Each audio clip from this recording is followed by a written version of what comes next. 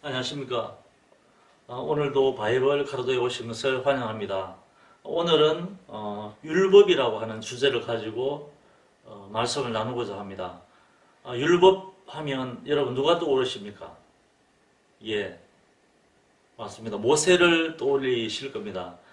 예, 율법이라고 하는 이 단어만 들어보면 뭔가 우리를 억압하는 듯한 이러한 이제 느낌을 줄 수가 있는데요. 실질적으로 이 율법은 가르침이라고 하는 그런 이제 말이 더 가깝다고 합니다. 그래서 우리는 뭔가 속박을 한다 하는 이런 느낌을 받을 수도 있지만 이 율법은 오히려 우리에게 가르침을 주는 어떤 그런 말씀이라는 것으로 받아들이는 것이 더 가깝다고 할 수가 있습니다. 그런데 이 율법이라고 하면 우리가 일반적으로 십계명을 보통 이야기를 하고 있죠. 그런데 기본적인 의미로서의 이 율법은 창세기, 출애굽기, 레위기, 민수기, 신명기 이 다섯 권 전체를 율법이라고 일컫고 있습니다.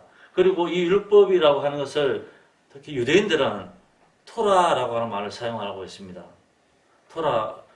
지금 우리 한국 사람들도 이제 너무나 익숙해져서 이 토라라고 하는 말이 자연스럽게 다가오는 그런 시대가 되었습니다. 그러면 그들은 왜 율법을 토라라고 하는 말을 사용하였을까요?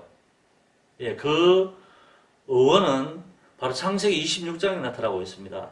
창세기 26장에 보면 하나님께서 아브라함을 선택하실 때에 아브라함이 하나님 뜻에 합한 자라고 하는 표현을 하고 있습니다. 거기에서 보면은 이 아브라함이 하나님의 말씀에 순종하고 명령과 율례와 법도를 지켰다라고 하는 이런 이제 표현을 하고 있는데 거기 보면은 법도라고 하는 단어가 바로 히브리어로 토라라고 말을 합니다. 그래서 이 법도라고 하는 이 단어에 있는 토라라고 하는 이 히브리어를 옮겨서 유대인들은 지금도 토라라고 하는 이런 말을 사용을 하고 있습니다.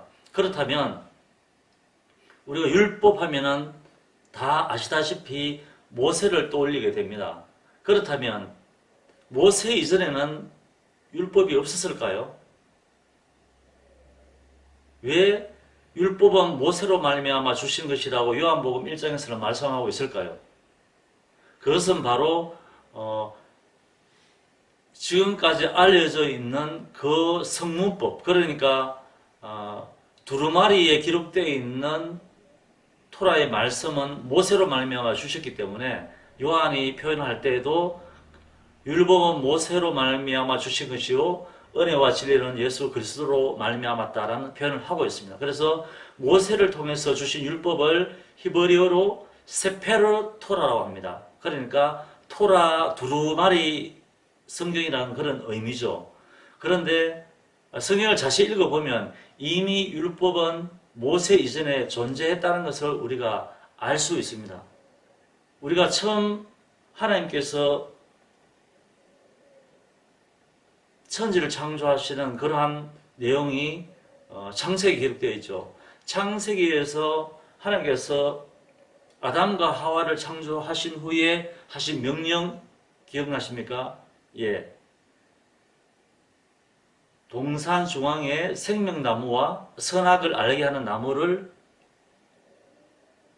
나게 하시고 거기에서 선악을 알게 하는 나무의 실과를 먹으면 내가 정령 죽으리라고 하는 그 말씀이 있습니다. 그것이 바로 율법의 시작입니다.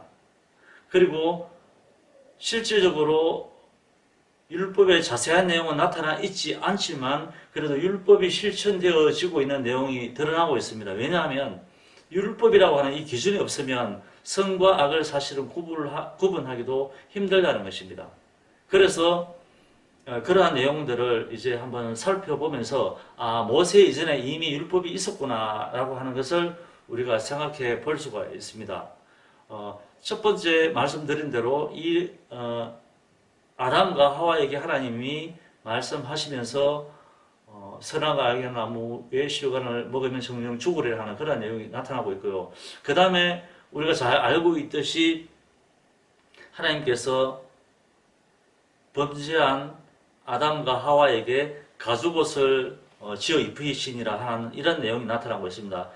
이것을 볼 때 이미 양을 잡는 그런 피를 흘리는 내용이 나오고 있습니다. 바로 우리가 알고 있는 성경 레위기의 제사법에 많이 나오고 있죠. 그러한 방법이 이미 하나님으로부터 이미 시작되었다는 것을 의미합니다. 그리고 그 다음에 보면은 가인과 아벨이 하나님 앞에 제사를 드리는 내용이 나옵니다. 거기에서 가인은 땅의 소산물로 하나님께 제사를 드렸고 아벨은 양의 첫 새끼로 하나님께 제사를 드렸다고 하는 그런 내용이 나옵니다. 그런 것을 볼 때 이미 아담으로 하여금 하나님 앞에 어떻게 예배드리는가, 어떻게 제사를 드리는가 하는 것을 이미 말씀하셨다는 것을 알 수가 있습니다.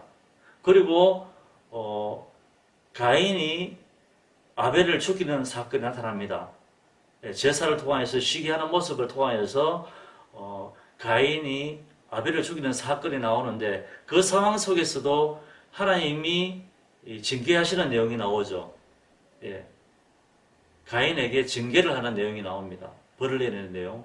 결국 벌을 내린다고 하는 그 사실은 하나님께서 만드신 율법이 존재했다는 것을 알 수가 있습니다.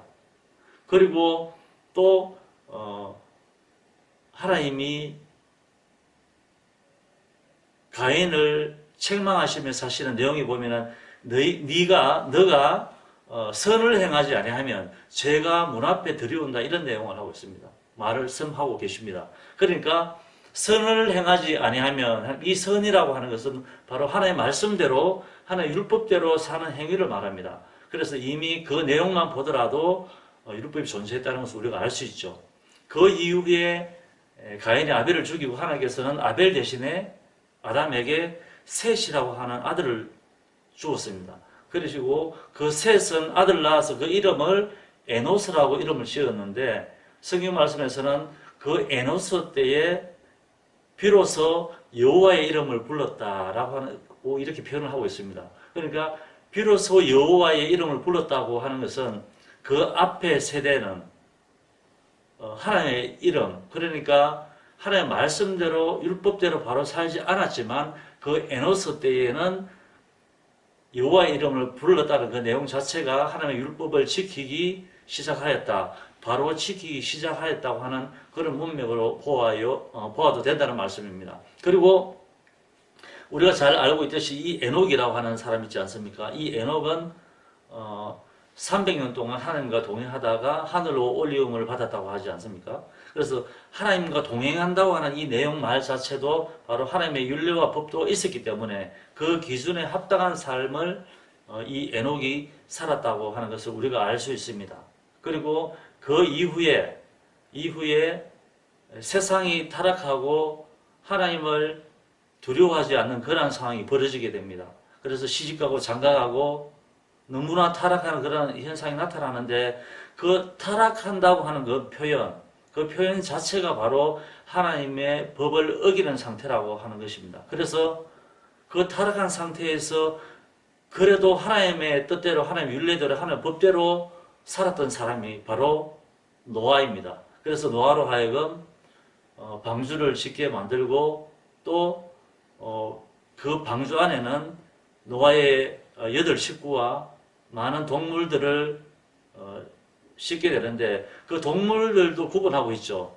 정결한 짐승과 부정한 짐승을 구분하고 있습니다. 그런 것을 보면 이미 이 노아 시대 때 정결한 짐승과 부정한 짐승에 대한 구분이 이미 있었다는 것입니다. 그래서 노아 홍수 이후에 노아는 홍수에서 나와서 정결한 동물을 가지고 하나님 앞에 제단을 쌓는 그러한 내용이 나오고 있다는 것이죠. 그리고 그 이후에도 하나님을 대적하는 행위가 나타납니다. 바로 바벨탑 사건이죠. 하나님을 바로 섬기지 아니하고 하나님을 대적하고 나의 이름을 세상에 드러내자, 나의 이름을 세상에 높이자 하는 이 내용 자체가 하나님의 이름을 멸시하는 것이며 하나님의 이름을 망령되이 일컫는 것입니다. 그리고 하나님보다도 더 높이는 행위를 우리는 우상 숭배라고 볼 수 있는 것이죠. 그래서 그러한 하나님을 대적하는 바벨탑 사건을 통하여서도 이미 하나님의 법을 어기는 그러한 내용이 등장하기 때문에 이미 하나의 법이 있었다. 그리고 하나님이 그 행위에 대해서 징계하셨기 때문에 언어를 혼잡게 하셨다는 것이죠. 그러니까 언어를 혼잡게 하셨다는 그 자체가 바로 율법의 행위를 지키지 않은, 율법을 지키지 않은 그 사람들에 대한 심판이었다는 것입니다. 그리고 그 이후로도 많은 사람들이 그 율법에 따라 살아가지 않기 때문에 하나님께서는 하나님의 마음에 합당한 한 사람을 선택하였죠. 바로 그 사람이 여러분이 잘 아시는 바로 아브라함입니다. 오늘 서두에 말씀드린 것처럼 이 아브라함이 하나님 마음에 합한 사람으로서 등장할 때 그 내용에 보면 법도를 지켰다고 하는 그 말씀 속에 토라라고 하는 단어가 있다고 하였죠. 그래서 이 아브라함 때 이미 윤리와 법도가 있었기 때문에 아브라함이 하나님의 마음에 합당한 사람이었다는 것입니다. 그리고 아브라함 때에 이미 하나님 앞에 제단을 쌓는 내용이 나옵니다. 하나님 앞에 예배를 드렸다. 그리고 아브라함의 아들 이삭 때에도 이미 하나님 앞에 제단을 쌓았더라 하는 이런 내용이 나옵니다. 그리고 야곱 때에도 마찬가지입니다. 야곱 때에도 야곱이 에서와 다투고 외삼촌 집 라반으로 떠나기 전에 하나님을 만나고 베델이라고 하는 곳에서 기름을 붓는 내용이 나오고 또 그 이후에 요셉이 애굽의 총리가 되었을 때 형륜으로 말미암아 애굽에 내려가기 전에 또 이 야곱이 하나님 앞에 희생 제사를 드렸다라고 하는 내용이 이미 나오고 있습니다. 그렇기 때문에 이 내용만 보더라도 모세 이전에 이미 하나의 율법이 존재했다는 것입니다. 그런데 왜 하필이면 모세를 통하여서 율법을 내려주셨을까요? 그것은 과거에 제가 예를 든 것과 마찬가지로 그들이 하나님께 예배드리는 방법을 잊어버렸기 때문에 그랬다는 것입니다.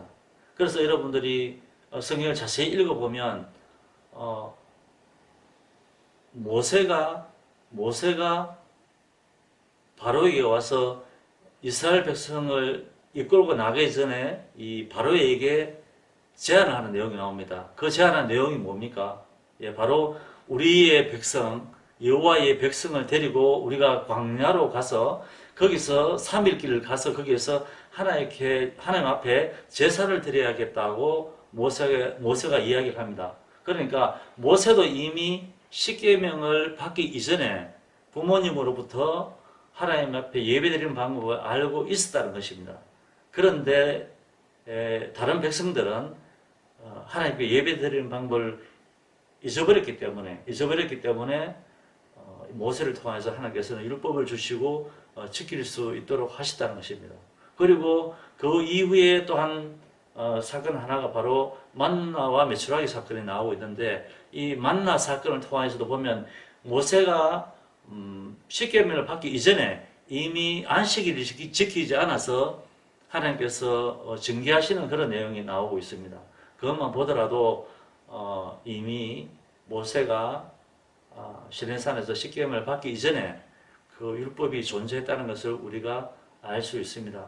그래서 하나님은 시대마다 하나님의 법을 잊어버리면 많은 사람들을 선택하여서 그 사람으로 하여금 하나님의 말씀을 지키도록 했다는 것입니다. 그리고 성문법으로서 두루마리에 성경을 남길 수 있게끔 모세를 통하여서 말씀을 주셨다는 것입니다. 그래서 우리가 흔히 율법하면 모세를 떠올리지만 이미 하나님께서는 천지를 창조하시고 아담과 하와를 지으시고 이미 아담과 하와를 통해서 율법을 주시고 또 하나님 앞에 제사 드리는 방법까지도 이미 말씀하셨다는 것을 지금까지 예로 말씀을 드렸습니다. 오늘은 율법에 대해서 좀 짧게 말씀을 드렸습니다. 우리가 신앙생활을 하면서 율법에 대해서 많이 듣기는 하지만 이렇게 한번 좀 생각하면 좋겠다는 생각으로서 이렇게 오늘 말씀을 드렸습니다. 예. 다음에는 또 다른 주제로 여러분 앞에 오도록 하겠습니다. 감사합니다.